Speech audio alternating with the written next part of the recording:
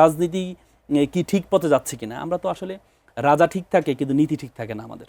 আমরা জি আপনি জি অবশ্যই আপনি বলুন।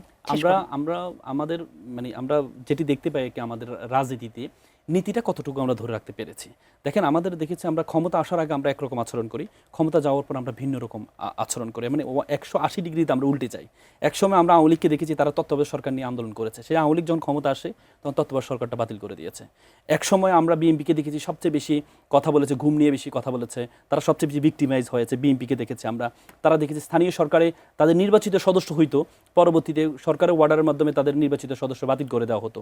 এই জন্য বিএনপিকে আমরা দেখেছি তাদের 31 দফায় তারা বলেছে যে স্থানীয় সরকারকে তারা স্ট্রং করবে এবং স্থানীয় সরকারে কখনো মৃত্যুজনিত কারণ ছাড়া কখনো প্রশাসক নিয়োগ করবে না। কিন্তু ক্ষমতা আসার পর আমরা দেখেছি যে বিএনপিকে দেখেছি অন্তর্বর্তীকালীন সরকার যখন প্রশাসক নিয়োগ করছে তখন তারা বিরোধিতা করছে এবং কি বারবার বলছে যে প্রশাসক নিয়োগ করার সবচেয়ে বেশি বিরোধিতা বিএনপি করেছে।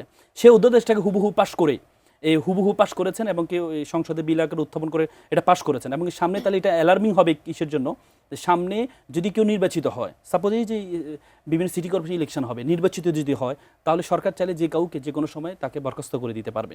তাহলে যে জিনিসটা নিয়ে আপনি এতদিন পর্যন্ত ভিক্টিমাইজ হয়েছেন, সেই জিনিসটা নিয়ে যখন আপনি সেই জিনিসটাকে যখন আপনি ওন করে নিচ্ছেন, এটা আমাদের কাছে খুব রাজনীতিক যে নীতিটা নেই, এই নীতিটাকে আমাদেরকে খুব প্রশ্ন তোলে।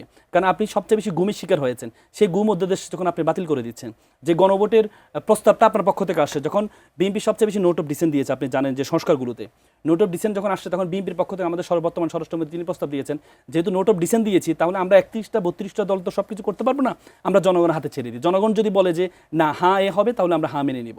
তাহলে যে স্বরাষ্ট্রমন্ত্রী বলছে, এখন স্বরাষ্ট্রমন্ত্রী সংসদে দাঁড়িয়ে কি বললেন, আমরা নির্বাচন হবে না, এই যে একটা ভয় পেয়েছিলাম, এই ভয়ের কারণে আমরা হ্যাঁ মেনে নিয়েছিলাম। তাহলে আপনি যে নোট অফ, আপনি সবচেয়ে বড় অ্যালার্মিং বিষয় কি জানেন, বিএনপি যে 31, বিএনপি এখন বর্তমানে যেখানে দাঁড়িয়ে আছে, আমি আপনাকে হলপ করে বলছি বিএনপি তার 31 দফা বাস্তবায়ন করতে পারবে না। কেন 31 দফা বাস্তবায়ন করতে পারবে না? কারণ 31 দফার প্রথম, আপনার 2 মাসই বোঝার সময় হয়েছে। Morning shows the day. কেন? কারণ আপনার 31 দফার প্রথম দফা হচ্ছে সংবিধান সংস্কার। আপনি জানেন সংবিধান সংস্কার গণপরিষদ বা কনস্টিটিউয়েন্ট অ্যাসেম্বলি ছাড়া, আপনি একজন আইনজীবী, আপনি বুঝেন কনস্টিটিউয়েন্ট অ্যাসেম্বলি ছাড়া সংবিধান সংস্কার করতে পারবে না। এজন্য বিএনপি এখন সংশোধনের পথে আগাচ্ছে, তার মানে 142 দিয়ে সংশোধনের পক্ষে আগাচ্ছে।